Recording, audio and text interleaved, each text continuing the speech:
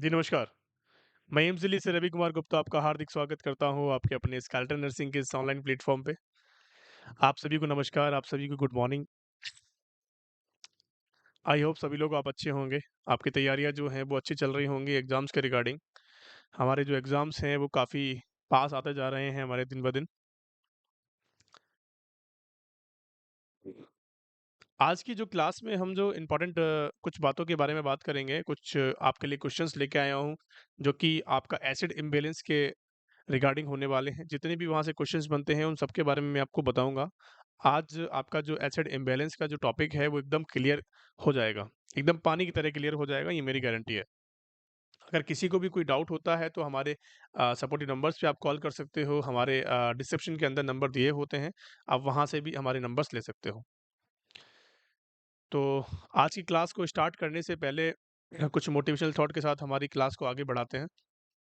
चलिए, अगर ज़िंदगी में सुकून चाहते हो तो फ़ोकस अपने काम पर रखो, लोगों की बात पर नहीं।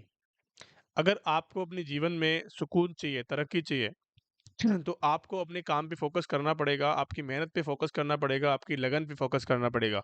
ये नहीं कि दूसरा क्या कह रहा है कि तेरा नहीं हो सकता सिलेक्शन, तू नहीं कर सकता, तेरे अंदर उतनी कैपेबिलिटीज़ नहीं है, एक बार फ़ेल हो गया, दूसरी बार भी फ़ेल हो जाएगा।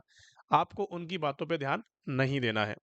किसी भी काम को आप लगातार करते हो तो आपकी सक्सेस जो है वो निश्चित हो जाती है ये बच्चों।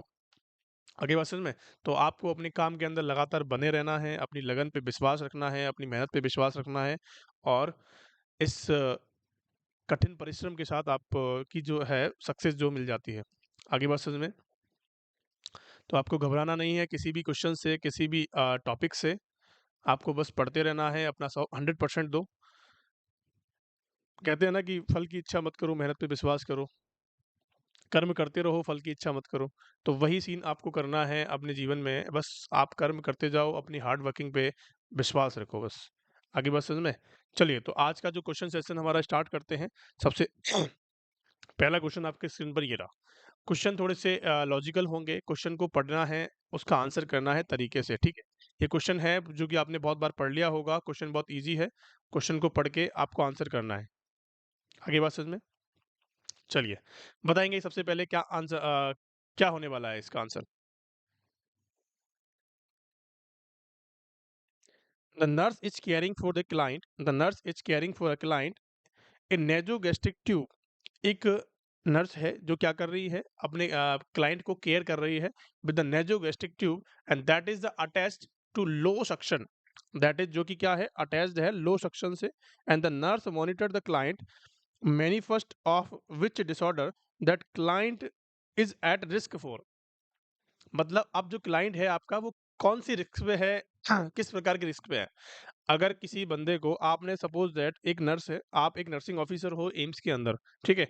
आपने एक पेशेंट को नेज़ोगैस्ट्रिक ट्यूब लगी हुई है। नेज़ोगैस्ट्रिक ट्यूब सभी जानते होंगे एनजी ट्यूब, जो कि कहाँ जाती है? हमारे स्टमक के अंदर जाती है, ठीक है? तो एक पेशेंट को वो लगी हुई है, उससे लो सक्शन मशीन उसने क्या कर रखी है? अटैच कर रखी है। मतलब कि जो स्टमक का जो फ्लूइड है, स्टमक का जो मटीरियल है, उसको बाहर निकाला जा रहा है सक्शन के थ्रू। आगे बात समझ में? इतना आपको समझ लेना है, आपका जो आंसर है वो ऑटोमेटिक निकल के आ जाएगा। तो ऐसा करने पे क्लाइंट को किस चीज़ की रिस्क हो सकती है? क्या मेटाबॉलिक एसिडोसिस हो सकता है? क्या मेटाबॉलिक एल्कलॉसिस हो सकता है? क्या रेस्पिरेटरी एसिडोसिस हो सकता है? और क्या रेस्पिरेटरी एल्कलॉसिस हो सकता है? क्वेश्चन बहुत ईज़ी है, क्वेश्चन को समझने का तरीका आपको आना चाहिए। आगे बात समझ में? बताएँगे फटाफट से क्या आंसर होने वाला है। सिंपल सी बात मैं आपसे करता हूँ यहाँ पे, ठीक है? चलिए, एक पेशेंट को जो है वो एनजी ट्यूब लगी हुई है। ठीक है, एनजी ट्यूब लगी हुई है और कहाँ जा रही है? हमारे स्टमक के अंदर जा रही है। अब स्टमक के अंदर क्या होता है मेरे प्यारे बच्चों कि सर एचसीएल होता है, कि स्टमक के अंदर क्या होता है कि सर एचसीएल होता है। एचसीएल कैसे नेचर का होता है कि सर एसिडिक इन नेचर का होता है। एसिडिक इन नेचर का होता है कि एसिड होता है एचसीएल तो। फिर जब भैया एसिड को आप बाहर निकाल दोगे बॉडी से, अगर आपने एसिड को रिमूव कर दिया है, आपने एसिड को रिमूव कर दिया है कहाँ से? हमारे पेट के अंदर से, बॉडी के अंदर से आपने एसिड को निकाल दिया है, तो बॉडी के अंदर क्या बचेगा? सर एल्केलाइन बचेगा। क्या बचेगा? कि सर बेस बचेगा, एल्केलाइन बचेगा। आगे बात समझ में? क्या मेरी बात समझ में आ रही है आप सभी को? सिंपल भाषा के अंदर मैंने आपको एक क्वेश्चन को बताया है कि सर अगर आपने बॉडी के अंदर से एचसीएल को निकाल दिया तो क्या बचेगा हमारा? कि सर वहाँ पे एल्केलाइन बच जाएगा या बेस बच जाएगा। बचेगा या नहीं बचेगा? तो अब क्या होगा बच्चों कि जब हमारा एसिड नहीं रहेगा तो एल्कलाइन का लेवल जो है वो नॉर्मल से क्या हो जाएगा? ज़्यादा हो जाएगा। होगा या नहीं होगा? कि जो एक तो एसिड और बेस का बैलेंस जो है वो बना रखे एसिड और बेस का जो बैलेंस है वो ऑलरेडी बन रखा था। ठीक है? अब अगर आपने वहाँ से क्या निकाल दिया उसको एसिड को निकाल दिया तो बेस बच जाएगा। अब जब बेस बचेगा तो उस चीज़ की टॉक्सिसिटी आपको देखने को मिलेगी। मिलेगी या नहीं मिलेगी? कि सर बिल्कुल मिलेगी। अब जब टॉक्सिसिटी आपको देखने को मिलेगी तो उस कंडीशन को कहते हैं एल्केलॉसिस। अब ये कौन-सा एल्केलॉसिस होगा या मेटाबॉलिक होगा या रेस्पिरेटरी होगा। देखो एसिडोसिस तो हमने निकाल दिया, तो एसिडोसिस की तरफ तो हम नहीं जाएँगे, ठीक है। अब बचे हमारे पास 2 ऑप्शंस आ रहे हैं कि सर मेटाबॉलिक एल्केलॉसिस होगा या रेस्पिरेटरी एल्केलॉसिस होगा। क्वेश्चन को समझना ध्यान से कि सर मेटाबॉलिक की अगर मैं आपसे बात करूँ कि सर मेटाबॉलिक जो कंडीशन होती है, वो हमारे मेटाबॉलिज़्म के थ्रू होती है। कैसा होती है बेटा? मेटाबॉलिज़्म के थ्रू होती है। अगर आपसे रेस्पिरेटरी की बात करें तो रेस्पिरेशन का मतलब होता है लंग्स से रिगार्डिंग होने वाली बात। तो यहाँ पे किसी प्रकार की लंग्स की रिगार्डिंग की कोई बात नहीं करी गई है। यहाँ पे क्या बताया गया है कि सर एनजी ट्यूब का इन्वॉल्वमेंट किया गया है और एनजी ट्यूब को हम कहाँ डालते हैं? हमारे स्टमक के अंदर डालते हैं जो कि मेटाबॉलिज्म का या मेटाबॉलिक का पार्ट है। आगे बात समझ में? तो यहाँ पे किसी भी प्रकार की ना तो CO2 की बात करी गई है। अगर यहाँ पे CO2 की बात करते तो रेस्पिरेटरी के अंदर आंसर जाता। अगर हम क्या करते हैं मेटाबॉलिक की यहाँ पे बात कर रहे हैं तो इसका मतलब क्या है बच्चों कि सर मेटाबॉलिक एल्किलोसिस इसका आंसर होने वाला है। क्या होने वाला है मेरे प्यारे बच्चों कि सर मेटाबॉलिक आंसर यहाँ पे होने वाला है। क्या मेरी बात आपको समझ में आ गई? क्या मेरी बात समझ में आ गई आप सभी को? यहाँ तक कि क्लास में किसी को डाउट है? चलें अगले क्वेश्चन की तरफ। चलिए। अगर आपने मेरी क्लास एसिड इम्बैलेंस पे ऊपर नहीं ली है तो प्लीज़ गो एंड वॉच। वहाँ पे एकदम क्रिस्टल क्लियर आपको समझाया गया है, सारी चीज़ों को बताया गया है, आपको समझना है, वहाँ से क्लास लेनी है तभी आप इन क्वेश्चंस को कर पाओगे। आगे बात समझ में? अगर किसी ने ऑलरेडी क्लास ले रखी है तो उनके लिए क्या है वो बहुत बेनिफिशियल होने वाले हैं क्योंकि यहाँ से बाहर आपका कोई क्वेश्चन नहीं जाएगा। आज आपने अगर ये पूरी क्लास ले ली तो इसका मतलब समझ लेना कि 100% आपका जो एसिड इम्बैलेंस वाला टॉपिक है वो क्लियर हो जाएगा। आगे बात समझ में? चलिए। क्वेश्चन नंबर 2 क्या कहता है कि a nurse note that a client arterial blood gas. एक नर्स है जो क्या कर रही है, क्लाइंट है, क्लाइंट के arterial blood gas ABG. Arterial blood gas पता है सभी को कि सर एबीजी के बारे में यहाँ पे बात कर रही है कि एबीजी को क्या कर रही है, रीड कर रही है। एंड रिजल्ट रिवील्स, उसको रिजल्ट क्या देखने को मिले हैं कि सर पीएच वैल्यू हमारी इतनी है, पीसीओ2 वैल्यू हमारी इतनी है और HCO3 वैल्यू इतनी है। Which disorder is at client risk, कौन से डिसऑर्डर के लिए रिस्क पे है क्लाइंट? सबसे पहली बात तो आपको एबीजी के बारे में पता होना चाहिए। एक तो होती है एबीजी और एक होती है बीबीजी। एक होती है एबीजी और एक होती है बीबीजी। अगर मैं आपसे बात करूं कि सर एबीजी का मतलब क्या होता है कि सर आर्टीरियल ब्लड गैस, कि आपने आर्टरी से ब्लड निकाला है, आपने आर्टरी से ब्लड निकाला है और क्या किया है उसको एग्जामिनेशन किया है, ठीक है? तो इसमें जो वैल्यूज होंगी, इसमें जो वैल्यूज होंगी वो कैसी होंगी मेरे प्यारे बच्चों कि सर करेक्ट होंगी। ठीक है, अगर आपने वीनस ब्लड गैस निकाला है इसका मतलब क्या होता है? बीबीजी का मतलब वीनस ब्लड गैस। अगर आपने वेन से ब्लड निकाला है तो इसका मतलब समझ लेना कि उसकी जो वैल्यू होंगी वो कैसी होंगी? इनकरेक्ट होंगी। कैसी होंगी? कि सर इनकरेक्ट होंगी। अब सर आपने तो क्या कहा कि सर आपने तो अंदर घुसा दी निडल, आपने तो अंदर अपना जो सिरिंज है, अपनी जो निडल है, आपने उसको इंसर्ट कर दिया। लेकिन आपको कैसे पता लगेगा कि ये आर्टरी का ब्लड है या वेन का ब्लड है? पर ये भी तो पता लगना चाहिए ना कि भाई एबीजी हम कर रहे हैं किसी पेशेंट को। चलो आप एक नर्सिंग ऑफिसर हो एम्स के अंदर, आप किसी पेशेंट को एबीजी लेने गए हो, ठीक है? आपने अपनी निडल जो है वो सही पोजीशन पे डाली है लेकिन वो मिसप्लेस हो गई है अंदर जाके। अब अंदर जाके मिसप्लेस हो गई है और उसने वेन को पंक्चर कर दिया है। तो आप तो ये समझो कि हमने आर्टरी में डाली है, लेकिन उसका भी एक क्राइटेरिया होता है, उसका भी एक पहचानने का तरीका होता है। अगर आपको अगर एबीजी मतलब आर्टरी से ब्लड लिया है, अगर आपने वेन से ब्लड लिया है, तो दोनों के अंदर डिफरेंशिएशन क्या होगा? देखो, अगर आपने आर्टरी से ब्लड लिया है, तो आपको ब्राइट रेड कलर का देखने को मिलता है। ब्राइट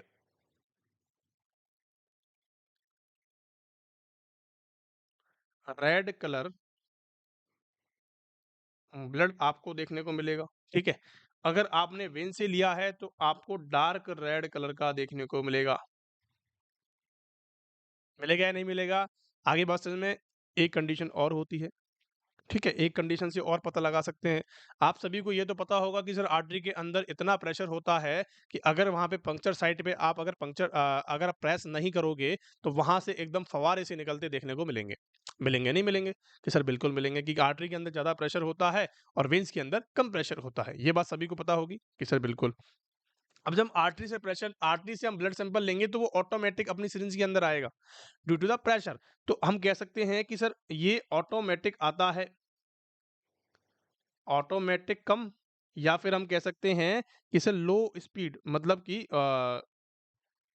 लो प्रेशर, ऐसे कह सकते हैं कि फास्ट प्रेशर से आएगा, स्पीड से आएगा। आगे बात समझ में? और जब आप वेन का सैंपल लेते हो तो वेन में इतना प्रेशर नहीं होता तो आपको खींचना पड़ेगा। आपको प्लंजर से खींचना पड़ेगा। आगे बात समझ में? तो अगर आपको खींचना पड़ रहा है तो इसका मतलब समझ लेना कि वेन्स का आ रहा है, और आपको खींचना नहीं पड़ रहा है तो इसका मतलब समझ लेना ईज़िली जो आ रहा है वो क्या है? आर्टरी का है। आगे बात समझ में? अब एबीजी के बारे में कुछ और पॉइंट बता देता हूँ। एबीजी के बारे में बात चल गई है तो देखो, एबीजी के जो क्वेश्चंस पूछे जाते हैं वो ये पूछा जाता है कि सर इसके अंदर कितने एमएल की सिरिंज लेते हैं, कि सर 2 एमएल की सिरिंज लेते हैं। और कौन सी सिरिंज लेते हैं कि सर हिपेरेनाइज्ड। कौन सी लेते हैं मेरे प्यारे बच्चों? कि सर हिपेरेनाइज्ड सिरिंज का यूज किया जाता है। और क्या करते हैं? और क्या करते हैं कि 2 एमएल सिरिंज का हमने यूज कर लिया, हिपेरेनाइज्ड सिरिंज का यूज कर लिया, और क्या करेंगे कि सर इसके अंदर और क्या करते हैं कि सर इसके अंदर हमें एलन टेस्ट करना होता है। कि सर एलन टेस्ट क्या होता है? कि सर एलन टेस्ट होता है अल्नर आर्टरी की पोटेंसी को चेक करने के लिए। तो check ulnar artery potency. Ulnar artery की पोटेंसी क्या होती है? अगर किसी ने लेक्चर नहीं लिया है तो प्लीज गो एंड वॉच, वहां पे डिटेल में मैंने सारी चीजें बता रखी हैं आपको। आगे बात समझ में? चलिए, अल्नर आर्टरी की पोटेंसी को इसलिए चेक करते हैं क्योंकि अगर किसी बंदे की सपोज दैट अगर अल्नर आर्टरी खराब होती है और आपने रेडियल को भी पंक्चर कर दिया, अगर आपने रेडियल को भी पंक्चर कर दिया तो उसका मतलब उसका जो रिमेनिंग जो हैंड है उसको ब्लड सप्लाई जो है वो क्या हो जाएगी? अल्टर्ड हो जाएगी और उसका हाथ जो है वो नेक्रॉस हो सकता है। आगे बात समझ में? इसीलिए हमें अल्नर आर्टरी को पोटेंशियल को चेक करना होता है। अगर वो सही है तो आप रेडियल आर्टरी को पंक्चर कर सकते हो। आगे बात समझ में? चलिए, और इसकी जो मोस्ट कॉमन साइट होती है वो कौन सी होती है मेरे प्यारे बच्चों? कि सर रेडियल साइट होती है। बहुत बार क्वेश्चन पूछा गया है कि सर कौन सी आर्टरी से एवीजी किया जाता है, तो आपको बताना है कि सर रेडियल आर्टरी होती है। कितने डिग्री का एंगल मेंटेन करते हैं? कि सर 45 डिग्री पे हम क्या करते हैं, हमारी सिरिंज को, हमारी निडल को इंसर्ट करते हैं। और सबसे फर्स्ट या मोस्ट कॉमन साइट होती है। अगर मैं आपसे सेकंड नंबर की साइट की बात करूं तो सर फीमोरल को देखते हैं। फीमोरल साइट होती है बच्चों। अगर फीमोरल की बात करें तो सेकंड नंबर पे आती है और 90 डिग्री का इसके अंदर एंगल मेंटेन किया जाता है। क्या मेरी बात आप तक पहुंच गई है, समझ में आ गई है मेरे प्यारे बच्चों? चलिए, अब हमारे क्वेश्चन पे चलते हैं। क्वेश्चन को समझने से पहले हम कुछ बेसिक चीजों का जो मुआयना करते हैं। देखो, अगर आपको कोई भी समस्या है तो मेरा जो पूरा लेक्चर है आप वो जाके ले सकते हो, वहां पे डिटेल में सारी चीजें मैंने आपको बताई हैं। सबसे पहली बात, नॉर्मल की बात करते हैं। देखो, नॉर्मल पता होगा तभी आप अब नॉर्मल की तरफ जा पाओगे। नॉर्मल की बात कर रहे हैं। नॉर्मल अगर मैं पीएच की बात करूं तो कितनी होती है मेरे प्यारे बच्चों? कि सर 7.352 7.45 होती है नॉर्मल पीएच। ठीक है। अगर मैं आपसे बात करूं कि सर PaCO2 प्रेशर, जो पार्शियल CO2 का प्रेशर होता है वो कितना होता है? कि सर ये होता है 35 टू 45 mm ऑफ Hg होता है। ठीक है, ये सभी को पता होगा। ठीक है। अब मैं आपसे बात करता हूँ कि सर HCO3 माइनस का लेवल कितना होता है? कि sir 22 to 26 milliequivalent per litre होता है। कितना होता है? कि sir 22 to 26 milliequivalent per litre होता है। क्या मेरी बात समझ में आ गई आप सभी को? यहाँ तक की जो कहानी है हमारी किसके ऊपर है बच्चों?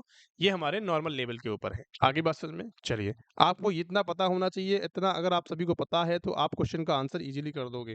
अगर मैं आपसे यहाँ पे बात करूँ कि सर एक पीएच स्केल होती है, आप सभी को पता है पीएच स्केल के बारे में? पीएच स्केल जो है पीएच स्केल जो है इसके अंदर क्या होता है कि सर 1 से 0 से लेके और 14 तक मार्किंग होती है। ठीक है। 0 से लेके 14 तक मार्किंग होती है, उसके अंदर हम क्या करते हैं कि जो हमारा न्यूट्रल पीएच होता है वो 7.4 होता है। अगर आपसे कोई क्वेश्चन पूछे कि ब्लड का पीएच कितना है, तो अगर एग्जैक्ट आंसर पूछे तो 7.4 होता है, रेंज के अंदर पूछे तो 7.35 होता है, 7.35 टू 45 होता है। आगे बात समझ में?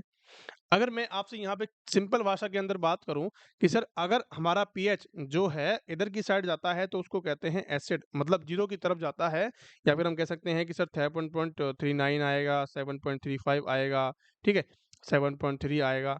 तो ये कंडीशंस जो होती हैं वो किसके लिए होती हैं? हमारे एसिड के लिए होती हैं। अगर ये कंडीशन इधर जाती है तो इसका मतलब है एल्केलाइन। इसका मतलब क्या है मेरे प्यारे बच्चों? कि इसका मतलब है एल्केलाइन। आगे बात समझ में? चलिए, ये बात आपको पता लग गई। अगर मैं आपसे PaCO2 की बात करूँ कि सर PaCO2 का अगर आपको 35 से कम देखने को मिलता है, इसका मतलब है एल्केलाइन होगा, एल्केलाइन पीएच होगा। अगर आपको ये 45 से ऊपर देखने को मिलती है, मोर देन अगर 45 इसकी वैल्यू होती है तो उसको बोलते हैं एसिडोसिस। क्या मेरी बात समझ में आ गई? अगर 45 से ज़्यादा बढ़ता है देखो CO2 जो होती है वो एसिड इन नेचर की होती है। कैसे नेचर की होती है? एसिड इन नेचर की होती है। अगर मैं आपसे बात करूँ कि सर 45 से ऊपर जाएगा तो कैसी कंडीशन होगी कि सर एसिड बढ़ेगा। अगर 35 से नीचे जाएगा तो कैसी कंडीशन होगी हमारी एल्केलाइन कंडीशन होगी। बहुत बढ़िया। अगर मैं आपसे HCO3 की बात करूँ कि सर HCO3 क्या होता है कि सर अगर इसका 22 से कम लेवल जाता है तो उसको बोलते हैं एसिड। अगर ये 22 से कम होता है तो एसिड होता है क्योंकि ये बाइकार्ब होता है। अगर इसका लेवल 26 से ज़्यादा बढ़ता है तो इसका मतलब है एल्केलाइन। आगे बात समझ में? चलिए, अब मैं आपको नॉर्मल क्वेश्चन के बारे में चलता हूँ, नॉर्मल क्वेश्चन के बारे में ले चलता हूँ। क्वेश्चन क्या कह रहा है?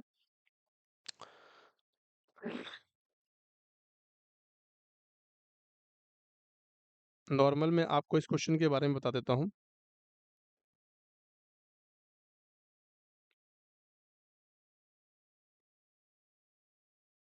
देखो, अब मैं अपने क्वेश्चन पे चलता हूँ।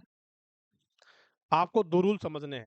आपको 2 रूल समझने हैं क्वेश्चन को समझने से पहले। देखो, rule number rule number first, इसके अंदर क्या होता है?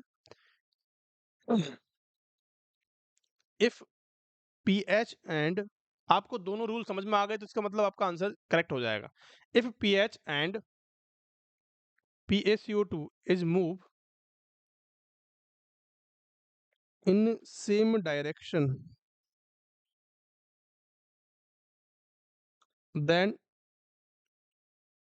disorder is metabolic। आगे बात समझ में? अगर हमारा पीएच भी बढ़ रहा है और PCO2 भी बढ़ रहा है तो इसका मतलब समझ लेना कि जो हमारी जो डिसऑर्डर होने वाला है वो मेटाबॉलिक होने वाला है। अगर पीएच और PCO2 दोनों ही घट रहे हैं एक साथ, मतलब सेम डायरेक्शन में जा रहे हैं, सेम डायरेक्शन में मूव करते हैं, तो इसका मतलब समझ लेना कि मेटाबॉलिक होना है। ठीक है? अगर मैं आपसे रूल नंबर सेकंड की बात करूँ कि सर रूल नंबर सेकंड की बात कर लेते हैं। क्या रूल नंबर सेकंड के अंदर क्या होता है कि sir pH and PaCO2 is move opposite direction, then disorder is, कौन सा डिसऑर्डर होगा मेरे प्यारे बच्चों? कि सर रेस्पिरेटरी होगा। कौन सा होगा? कि सर रेस्पिरेटरी डिसऑर्डर होगा। आपको बस इन दोनों बातों को समझना है कि सर दोनों बातों के अंदर हमें थोड़ा-थोड़ा कन्फ्यूज़न रहता है कभी-कभी। अगर कभी याद नहीं रहे तो हमें ऐसी ट्रिक बता दो, जिससे हम क्या कर सकते हैं, इनको याद कर सकते हैं। आगे बात समझ में? अगर मैं आपसे बात करूँ कि अगर सेम डायरेक्शन में मूव होंगे तो मेटाबॉलिक डिसऑर्डर होगा, अपोज़िट डायरेक्शन में होंगे तो रेस्पिरेटरी होगा। कि सर सेम डायरेक्शन में होते हैं तो M4 सेम, और M4 मेटाबॉलिक। एम मेटाबॉलिक के अंदर आता है और सेम के अंदर भी एम आता है। इसका मतलब समझ लेना कि सेम की तरफ जाएगा तो मेटाबॉलिक डिसऑर्डर होगा, बाकी का दूसरा क्या हो जाएगा हमारा? रेस्पिरेटरी हो जाएगा। होगा या नहीं होगा मेरे प्यारे बच्चों? कि सर बिल्कुल हो जाएगा। चलिए, अब मैं अपने क्वेश्चन की तरफ चलता हूँ, ठीक है? सबने लिख लिया होगा आई थिंक। चलो देखो, अब मैं आपसे यहाँ पे क्वेश्चन के बारे में लिख रहा हूँ कि सर पीएच हमारी है 7.50, ठीक है? PaCO2 है हमारी 30 एंड HCO3 है, HCO3 माइनस है 24। ये हमारा क्या है? ये हमारी इक्वेशन है जो कि एग्जाम के अंदर या क्वेश्चन के अंदर दी गई है, ठीक है? अब मैं आपसे यहाँ पे बात करूँ कि सर पीएच क्या है? बढ़ा हुआ है, और ये क्या है कि सर PaCO2 जो है वो डिक्रीज हो रही है। नॉर्मल कितनी थी? नॉर्मल सभी को पता होना चाहिए। नॉर्मल कितनी थी? 35 टू 45 एमएमएचजी थी। अब HCO3 को आपको देखने की ज़रूरत भी नहीं है। अगर आपको अगर ये दोनों रूल पता है तो HCO3 की देखने की ज़रूरत भी नहीं है आपको। मैं तो ये कहता हूँ। HCO3 तो लपेटे में आता है, उसको तो देखने की ज़रूरत ही नहीं है। आपका आंसर तो यहीं से क्लियर हो जाएगा। आगे बात समझ में? तो HCO3 पे ध्यान मत देना अभी। अभी सिर्फ आपको क्या करना है, अभी सिर्फ आपको 2 रूल के बारे में समझना है कि rule number first and rule number second. अगर सेम डायरेक्शन में मूव करते हैं तो मेटाबॉलिक होगा, अपोजिट में करते हैं तो रेस्पिरेटरी होगा। अब भैया इनको बताओ कि ये सर सेम डायरेक्शन में कर रहे हैं अपोजिट में कर रहे हैं? कि भैया ये तो अपोजिट में कर रहे हैं। कि सर अपोजिट में आपने बताया था कि सर रेस्पिरेटरी काम होने वाला है, सर मेटाबॉलिक तो नहीं होगा? कि सर बिल्कुल मेटाबॉलिक नहीं होगा। हमने क्या कहा कि सर रेस्पिरेटरी होगा कब? कि सर रेस्पिरेटरी होगा। होगा या नहीं होगा? कि सर आपने बताया था कि अगर अपोजिट में करेंगे तो रेस्पिरेटरी होगा और सेम करेंगे तो मेटाबॉलिक होगा। तो ये अपोजिट कर रहे हैं, इसका मतलब क्या है कि रेस्पिरेटरी है। अब आपको पीएच देखना है। अब आपको पीएच देखना है, पीएच किसकी तरफ जा रहा है? कि सर बढ़ते की हुई तरफ जा रहा है, मतलब 4-5 से ज़्यादा है या 4 से ज़्यादा है। इसका मतलब समझना है कि क्या है? कि सर एल्केलाइन नेचर का है। तो हम क्या कहेंगे? रेस्पिरेटरी एल्केलॉसिस। क्या किसी का आंसर डी आया है? क्या किसी का आंसर डी आया है मेरे प्यारे बच्चों? देखो इस क्वेश्चन को समझाने का तरीका इस क्वेश्चन को समझाने का मतलब इतना टाइम लेने का मतलब यही है प्यारे बच्चों कि मैंने आपको पूरे टॉपिक को यहाँ पे समझा दिया है। अब जो क्वेश्चंस आप करोगे, क्वेश्चन प्रैक्टिस आप करोगे आगे, अभी जो मैं आपको करवाऊँगा वो आपके 2-2 मिनट में होंगे। ठीक है? आगे बात समझ में? तो आपको सिर्फ़ यही समझना है कि सर मैंने आपको क्या बताया, अगर सेम डायरेक्शन में मूव करते हैं तो उसको कहते हैं मेटाबॉलिक और अपोज़िट डायरेक्शन में करते हैं तो रेस्पिरेटरी। अब ये पीएच स्केल से आप पता लगा सकते हो कि एल्कलॉसिस होने वाला है या एसिडोसिस होने वाला है।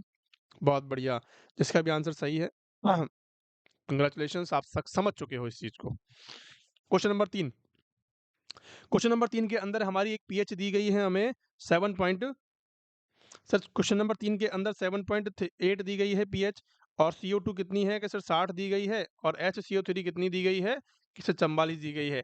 अब भैया ये तो बढ़ रहा है, ये भी बढ़ रहा है, मतलब मेटाबॉलिक डिसऑर्डर होने वाला है कि भैया मेटाबॉलिक हो गया डिसऑर्डर तो।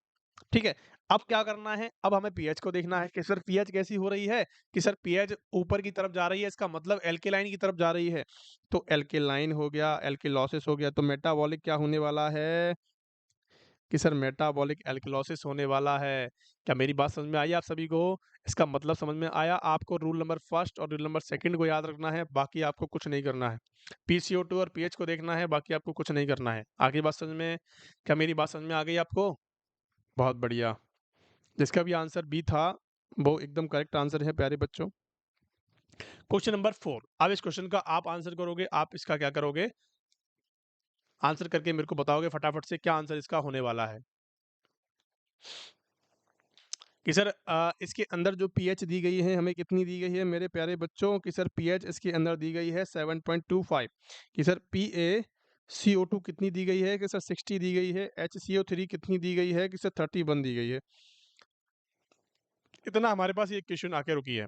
ठीक है, अब हमें ये देखना है कि सर पीएच जो है वो 7.25 है। 25 का मतलब वो तो कम की तरफ जा रही है। कि सर ये क्या हुआ? ये तो कम की तरफ जा रही है, ठीक है। कि सर PuCO2 कितनी है? कि सर ये तो बढ़ी हुई है, इसका मतलब ये तो बढ़ती हुई जा रही है। आपको जब तक नॉर्मल इक्वेशंस याद नहीं होंगी, तब तक आपको समझ में नहीं आएगा। आपको समझना है कि नॉर्मल हमारा पीएच कितना था कि 7.35 टू 45 था, अगर हम बात करें तो 7.4 था। आगे बात समझ में? अगर मैं आपसे यहाँ पे बात करूँ कि सर हमारा PCO2 का जो लेवल है वो कितना है? कि सर PaCO2 का लेवल हमारा 60 दिया हुआ है, नॉर्मल कितना था कि 35 टू 45 था। ऊपर जाएगा तो हमें क्या देखने को मिलेगा? एसिडोसिस देखने को मिलेगा। आई बात समझ में? अब ये दोनों चीज़ें क्या कर रही हैं? अपोजिट मूव कर रही हैं। अपोजिट मूव करने को क्या कहते हैं मेरे प्यारे लाल-लालियों? कि सर रेस्पिरेटरी हम कहते हैं। कहेंगे, नहीं कहेंगे? और सर हम पीएच को देखेंगे, पीएच हमारा कम की तरफ है, मतलब एसिड की तरफ जा रहा है, तो एसिडोसिस हो गया, नहीं होगा? ओम भट्ट स्वाहा। आई बात समझ में या नहीं आई? कि रेस्पिरेटरी एसिडोसिस हो गया। जिसका भी सी आंसर है मेरे प्यारे बच्चों, वो करेक्ट आंसर है, वो हमारे सक्सेस की तो कगार पे है। उसको ये टॉपिक है, उसके तो 3-4 नंबर हैं, वो क्लियर कर चुका है। आगे बात समझ में? चलिए। क्वेश्चन नंबर 5 क्या कहता है? क्वेश्चन नंबर 5 क्या कहता है देखेंगे भैया। पीएच क्या जा रही है, 7.25 जा रही है कि सर PaCO2 कितनी जा रही है कि सर 26 जा रही है कि सर HCO3 कितनी जा रही है कि 10 जा रही है। पीएच क्या कर रहा है कि सर बढ़ रहा है, सॉरी पीएच क्या हो रहा है कि सर कम हो रहा है, कम हो रहा है नहीं हो रहा कि सर PaCO2 भी क्या हो रही है कि सर कम हो रही है। और PaCO2 भी कम हो रही है, पीएच भी कम हो रहा है और HCO3 का तो कोई मतलब भी नहीं है हमें। तो इसका मतलब क्या होगा कि सर दोनों चीज़ें अपोज़िट मूव कर रही हैं। दोनों चीज़ें क्या कर रही हैं? सेम मूव कर रही हैं। तो सेम मूव जब भी करती हैं तो मैंने आपको बताया था कि सर कैसा होगा कि सर मेटाबॉलिक डिसऑर्डर होने वाला है कि सर रेस्पिरेटरी को हम काट देते हैं दोनों तरफ से कि सर रेस्पिरेटरी को हमने काट दिया और ये मेटाबॉलिक डिसऑर्डर हो गया। अब हमारे पास 2 चीज़ें बची हैं, हमने एसिडोसिस करना है, एल्कलॉसिस करना है क्योंकि आप सभी को पता है पीएच स्केल के बारे में मैंने अभी-अभी आपको बताया है कि अगर कम की तरफ जाता है 3-5 से तो उसको बोलते हैं एसिडोसिस। तो सभी को पता होगा कि सर राइट आंसर ए होने वाला है। क्या राइट आंसर क्या होने वाला है मेरे प्यारे लाल-लालियों? कि सर राइट आंसर ए होने वाला है। राइट आंसर ए होने वाला है। क्या मेरी बात आपको समझ में आ गई मेरे प्यारे बच्चों? बहुत बढ़िया, चलेंगे अगले क्वेश्चन की तरफ। ये बातें आपको समझ में आ गई होंगी। अगर किसी को कोई क्वेरी होती है तो प्लीज़ हमारे नंबर्स पे सपोर्टिव नंबर्स पे आप कॉल कर सकते हो, मैसेज कर सकते हो। ये हमारे सपोर्टिव नंबर्स हैं। ये पर्सनल मेरे ही नंबर्स हैं। आप इन पे कॉल करके, मैसेज करके आप मेरे को बता सकते हो अपनी जो क्वेरी होती है। ठीक है? चलें आगे की तरफ। अब हम कुछ ऐसे क्वेश्चंस को देखेंगे जो कि आपके लिए कंपनसेशन की तरफ जाते हैं। ये तो हमारे ईज़ी क्वेश्चंस थे। आपको ईज़ी क्वेश्चंस को सबसे पहले बताना था जो आप समझ गए हो। आगे बढ़ते हैं। अब मैं आपसे कुछ यहाँ पे टिपिकल क्वेश्चंस की बात करूँगा। टिपिकल इतना भी टिपिकल नहीं है कि आप समझ नहीं सकते। मैं आपको 3 चीज़ें बताऊँगा, 3 चीज़ों के अंदर आपको ये सारी चीज़ें समझ में आ जाएगी, सारी गणित समझ में आ जाएगी। आगे बात समझ में। देखो, 3 चीज़ें होती हैं प्यारे बच्चों, मैं आपको बताता हूँ। एक होता है कंपनसेशन, ठीक है? एक होता है पार्शियली कंपनसेशन और एक होता है अनकंपनसेशन। एक होता है पार्शियली इनकम्पेंसेशन, एक होता है कंपनसेशन और एक होता है अनकंपनसेशन। ये 3 चीज़ों को समझना है। 3 चीज़ों को समझने के बाद आपकी जो है इलेक्ट्रोलाइट इम्बैलेंस जो है वो एकदम क्लियर। आगे बात समझ में? चलिए, अब मैं आपसे बताता हूँ कि सर ये हमारा जो कंपनसेशन है, अनकंपनसेशन है, पार्शियल अनकंपनसेशन है, इसका मतलब क्या है? देखो, जब भी आपकी बॉडी के अंदर एसिड बढ़ता है तो हमारी जो किडनी होती है वो क्या करती है? किडनी होती है, हमारे जो लंग्स होते हैं वो क्या करते हैं? उसको निकालने की कोशिश करते हैं। करते हैं, नहीं करते हैं? करते हैं या नहीं करते हैं? कि सर बिल्कुल करते हैं, तो उसी को कहते हैं कंपनसेशन। अगर आपको कंपनसेशन को देखना है तो इसके अंदर जो पीएच की वैल्यू होगी वो नॉर्मल होगी। पीएच की वैल्यू कैसी होगी? नॉर्मल होगी और इसके अंदर आपको देखना है तो पीएच, HCO3 एंड PaCO2 ये तीनों की वैल्यू क्या होगी? एबनॉर्मल होगी। समझ में आ रही है बात? मैंने आपको क्या कहा कि 1 मिनट में आपको समझा दूँगा। अगर आपको क्वेश्चन में पीएच की वैल्यू जो है नॉर्मल दिखती है तो आपको कंपनसेशन कहना है, ठीक है? अगर आपको पीएच की वैल्यू जो है वो अबनॉर्मल दिखती, मतलब तीनों की वैल्यू अबनॉर्मल दिखती है, नॉर्मल नहीं दिखती है। इससे पहले आपको नॉर्मल चीज़ें याद करनी पड़ेंगी। अगर आपको तीनों की वैल्यू जो है वो अबनॉर्मल दिखती है, इसका मतलब समझना है कि सर क्या हुआ? कि सर पार्शियल अनकम्पेंसेशन हुआ, ठीक है? अगर आपको pH abnormal and PaCO2 and HCO3 इन दोनों में से एनी वन नॉर्मल देखने को मिलता है, तो आपको समझना है कि अनकम्पेंसेशन है। अगर आपको कंडीशन देखनी है, आपको अगर पीएच नॉर्मल देखने को मिला, अगर आपको पीएच नॉर्मल देखने को मिला तो इसका मतलब समझना है, अगर आपको पीएच नॉर्मल देखने को मिलता है तो इसका मतलब समझना है मेरे प्यारे बच्चों कि सर कौन-सी लैंग्वेज हुई कि सर कंपनसेशन हुई, कि सर पीएच अबनॉर्मल है, HCO3 भी अबनॉर्मल है और PaCO2 भी अबनॉर्मल है। हमारी रेंज के बाहर हैं तीनों के तीनों चीज़ें, या तो कम है या ज़्यादा है। ठीक है? तो इसके अंदर कौन-सी कंडीशन होगी कि सर पार्शियल अनकम्पेंसेशन होगा, पार्शियल कंपनसेशन होगा, ठीक है? अनकम्पेंसेशन आपको देखना है, तो कौन-सी कंडीशन देखने को पड़ेगी? पीएच आप सबसे पहले देखो, कि सर अब नॉर्मल है। अब आपको PaCO2 और SiO3 को देखना पड़ेगा, अगर दोनों में से एक भी नॉर्मल चीज है तो अनकम्पेंसेशन हो गया। आगे बात समझ में, गलत तो नहीं करोगे क्वेश्चन को। अब एक क्वेश्चन को देखते हैं, क्वेश्चन प्रैक्टिस जरूरी होती है ना हर चीज के लिए, तो क्वेश्चन का आंसर आपको करना है, क्वेश्चन को समझना है और आगे बढ़ना है। देखो पीएच क्या कहता है कि आपको पहले तो नॉर्मल फार्मूला लगाना है, पहले तो आपको नॉर्मल फार्मूला लगाना है, rule number first and rule number second. देखो कि सर हमारा पीएच क्या है, कि सर हमारा पीएच है 7.35, कि सर और क्या है कि सर PaCO2 जो है वो कितना है 26 है, HCO3 है वो कितना है कि सर 10 है। अब समझ में आ रहा है। मैंने आपको क्या बताया कि सबसे पहले आपको नॉर्मल फॉर्मूले का यूज करना है, सबसे पहले आपको नॉर्मल फॉर्मूले का यूज करना है। आगे बात समझ में चलिए, पीएच क्या कहता है कि पीएच जो है वो क्या है, वो क्या है हमारा नॉर्मल कह सकते हैं या डिक्रीजमेंट कह सकते हैं, क्योंकि ये 4.5 7.4 से तो कमी है, 7.4 जो एग्जैक्ट वैल्यू होती है उससे तो कमी है, एसिड की तरफ है। आगे बात समझ में, तो ये क्या है कि भैया डिक्रीज हो रहा है, कि सर PaCO2 भी आपको क्या देखना है कि सर डिक्रीज हो रहा है। आपने नॉर्मल फार्मूला लगाना है, सिंपल बात है, नॉर्मल फार्मूला लगाओगे तो समझ में जल्दी आएगा। Normal formula rule number first क्या कहता था, अगर हमारी सेम पीएच की वैल्यू और PaCO2 की वैल्यू जो है वो सेम मूव करती है, सेम डायरेक्शन में मूव करती है, तो रेस्पिरेटरी होता है या मेटाबॉलिक होता है, कि सर मेटाबॉलिक होता है। कि सर मेटाबॉलिक आपको देखना है, या तो मेटाबॉलिक ये होगा या ये होगा, ठीक है, इन दोनों को हम क्रॉस कर देते हैं, सिंपल सी बात है, हमारा काम ईजी हो जाएगा। होगा या नहीं होगा। अब हमें क्या देखना था कि सर रेस्पिरेटरी, आपने मेटाबॉलिक तो देख लिया, अब मेटाबॉलिक क्या देखना था कि सर अगर ये इसकी वैल्यू जो है वो कितनी है कि सर 7.35 है, 7.35 है, इसका मतलब एसिड की तरफ जा रहा है या नहीं जा रहा है, कि सर बिल्कुल जा रहा है, तो रेस्पिरेटरी एसिडोसिस तो हो गया, ठीक है, रेस्पिरेटरी एसिडोसिस भी हो गया। अब आपको ये समझना है कि कंपनसेट होगा या अनकंपनसेट होगा। देखो क्वेश्चन करने का तरीका होता है, क्वेश्चन पढ़ने का तरीका होता है। आपका जो क्वेश्चन है, क्वेश्चन का आंसर है, वो आपको इस क्वेश्चन के अंदर तो निकल के आ गया, लेकिन एग्जाम में ऐसे क्वेश्चन नहीं आएंगे। क्वेश्चन पूछा जाएगा कि सर मेटाबॉलिक एसिडोसिस तो आपको देखने को मिलेगा ही, या कंपनसेट पूछेगा, अनकंपनसेट पूछेगा, पार्शियली अनकंपनसेट पूछेगा, तो क्वेश्चन तो होगा, लेकिन आपको क्या समझना है, सिर्फ और सिर्फ इसको समझना है, इसको हल करना है। आगे बात समझे, तो आपने इस चीज को तो निकाल दिया कि सर मेटाबॉलिक एसिडोसिस होगा। अब आपने कंपनसेट को निकालना है। मैंने आपको बताया कि पीएच की वैल्यू अगर नॉर्मल है, पीएच की वैल्यू अगर नॉर्मल है तो उस कंडीशन को क्या कहते हैं मेरे प्यारे बच्चों, उसको कहते हैं कंपनसेट, उसको कहते हैं कंपनसेट। तो कौन सा कंपनसेट हो गया, मेटाबॉलिक एसिडोसिस कंपनसेट। आगे बात समझ में, दूसरा क्वेश्चन देखें, चलो दूसरा क्वेश्चन देख लेते हैं। क्वेश्चन नंबर दूसरा देख लेते हैं कि सर यहाँ पे पीएच की जो वैल्यू है वो कितनी बताई गई है, कि सर 7.56 बताई गई है, कि सर PaCO2 कितनी बताई गई है, कि सर यहाँ पे 50 बताई गई है, HCO3 कितनी बताई है, कि 24 बताई है। आई बात समझ में, तो अब यहाँ पे आपको देखना है कि इस पर पीएच आपको नॉर्मल लगाना है, नॉर्मल हिसाब किताब लगाना है, rule number first and rule number second.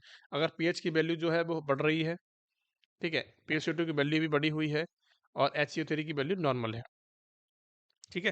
अब आपको समझना है कि सर नॉर्मल वैल्यू के अंदर हमें क्या देखना होता है, ठीक है। आगे बात समझ में, कि सर पीएच अब नॉर्मल है, पीएच भी मतलब पीएच और PaCO2 दोनों बड़े हुए हैं, इसका मतलब सेम मूव कर रहे हैं, तो मेटाबॉलिक डिसऑर्डर होगा। सेम मूव कर रहे हैं तो कौन सा डिसऑर्डर होगा मेरे प्यारे बच्चों, कि सर मेटाबॉलिक डिसऑर्डर होगा, कि सर मेटाबॉलिक डिसऑर्डर होगा, ये वाला या ये वाला, ये नहीं होंगे। ये बात पता लग गई। अब ये ऊपर बढ़ रहे हैं, ऊपर का मतलब 5-6 है। अब हमें पीएच को देखना है, पीएच कितनी है, कि सर 5-6 एल्कलाइन की तरफ जा रही है, तो मेटाबॉलिक एल्कलाइन हो गया, एल्किलोसिस हो गया। हुआ या नहीं हुआ, कि सर मेटाबॉलिक एल्कलोसिस तो हो गया। अब हमें देखना है कि सर ये अनकंपनसेट है, कंपनसेट या पार्शियली कंपनसेट है। मैंने आपको बताया कि सर पीएच की वैल्यू अगर अबनॉर्मल है और अगर किसी भी एक की वैल्यू नॉर्मल है, तो आपको क्या करना है कि सर अनकंपनसेट की तरफ जाना है। तो आ गया ना आपका answer, metabolic alkalosis uncompensated. Metabolic alkalosis uncompensated मतलब समझ में आ गया है नहीं आया, क्या आपको इसका मतलब समझ में आया है नहीं आया मेरे प्यारे लाल लालियों। सर बिल्कुल आ गया, चलें आगे की तरफ, बहुत बढ़िया। क्वेश्चन नंबर अगला समझते हैं। क्वेश्चन नंबर को समझना है, क्वेश्चन का आंसर करना है, बताएंगे फटाफट से कि पीएच की वैल्यू कितनी है। सर 7.56 है। PaCO2 कितनी है, इसके CO2 की वैल्यू है 30। क्या HCO3 कितना है, कि सर ये 18 कि सर ये है 18, आपने नॉर्मल फार्मूला लगाना है, पीएच कितनी है हमारी, बढ़ी हुई है, ठीक है, इंक्रीजमेंट मतलब, ठीक है। अब CO2 कितनी है कि सर कम जा रही है, HCO3 क्या है कि सर ये भी नॉर्मल है, ये भी अब नॉर्मल है। अब एक चीज़ आपको समझनी है एक चीज़ आपको नॉर्मल फार्मूले के साथ समझनी है कि सर दोनों अपोजिट करती हैं तो कौन-सी चीज़ें होती हैं कि सर रेस्पिरेटरी होती है। कौन-सी होती है कि सर रेस्पिरेटरी होती है। अब रेस्पिरेटरी में कैसा होगा, एल्कलाइन होगा या एसिड होगा? भाई पीएच बढ़ा हुआ है तो कैसा होगा कि सर एल्कलॉसिस होगा, एल्कलाइन होगा। अब आपको तीनों चीज़ें देखनी है, अगर इसमें पीएच नॉर्मल है, इसमें क्या पीएच नॉर्मल है कि सर नहीं है? क्या CO2 नॉर्मल है कि नहीं है? क्या SiO3 नॉर्मल है कि नहीं है? तो कौन-सी चीज़ हुई कि पार्शियली अनकम्पेंसेटेड हुई या नहीं हुई? तो रेस्पिरेटरी एल्कलॉसिस पार्शियली कंपनसेटेड हुआ। क्या डी आंसर आप सभी का सही है? जिसने भी डी आंसर करा है बच्चों उसका करेक्ट आंसर यहाँ पे होने वाला है। तो यहाँ तक की जो कहानी है आपको किसकी चीज़ की थी, हमारे एसिड बेस इम्बैलेंस के जितने भी क्वेश्चंस बनते थे मैंने आपको बताए हैं सारे। आपको घबराना नहीं है, आपको समझना है, आपको क्वेश्चन का मतलब समझना है, क्वेश्चन का आंसर करना है, ठीक है? आपको किसी भी तरह की कोई लोड लेने की ज़रूरत नहीं है, जितने भी क्वेश्चंस यहाँ से बनते हैं, जितने भी मेरी क्लास ली है, वो उसके लिए बहुत बेनिफिशियल है, समझ में आया है, तो प्लीज़ हमारे चैनल को सब्सक्राइब करेंगे, लाइक करेंगे वीडियो को और अपने दोस्तों के साथ शेयर करेंगे ताकि उनको भी ईज़िली ये टॉपिक जो है वो समझ में आ जाए। क्योंकि ये ईज़ी टॉपिक नहीं होता है, ये टफ टॉपिक होता है, तो मैंने इसको ईज़ी वे में आपको बना के समझाया है प्यारे बच्चों। आपको इसके अंदर कुछ नहीं करना है, आपको नॉर्मल वैल्यूज़ का पता होना चाहिए, आपको मेरी ट्रिक्स का पता होना चाहिए। आगे बस में तो घबराना नहीं है किसी भी पल से, अगर आप किसी भी पल में डिमोटिवेट होते हो तो मेरे को कॉल करें, मेरे को मैसेज करें, आपकी पूरी की पूरी हेल्प करी जाएगी। आगे बस में तो डिमोटिवेट नहीं होना है, आगे बढ़ते रहना है, अपनी लगन, अपनी मेहनत पे विश्वास रखना है, ताकि आपको अपनी जो है मंज़िल वो है ईज़िली मिल जाए, अपने माँ-बाप का सपना जो है वो आप पूरा कर सको। आगे बात समझ में? Thank you so much for being there. पढ़ते रहें इसी प्रकार और बढ़ते रहें।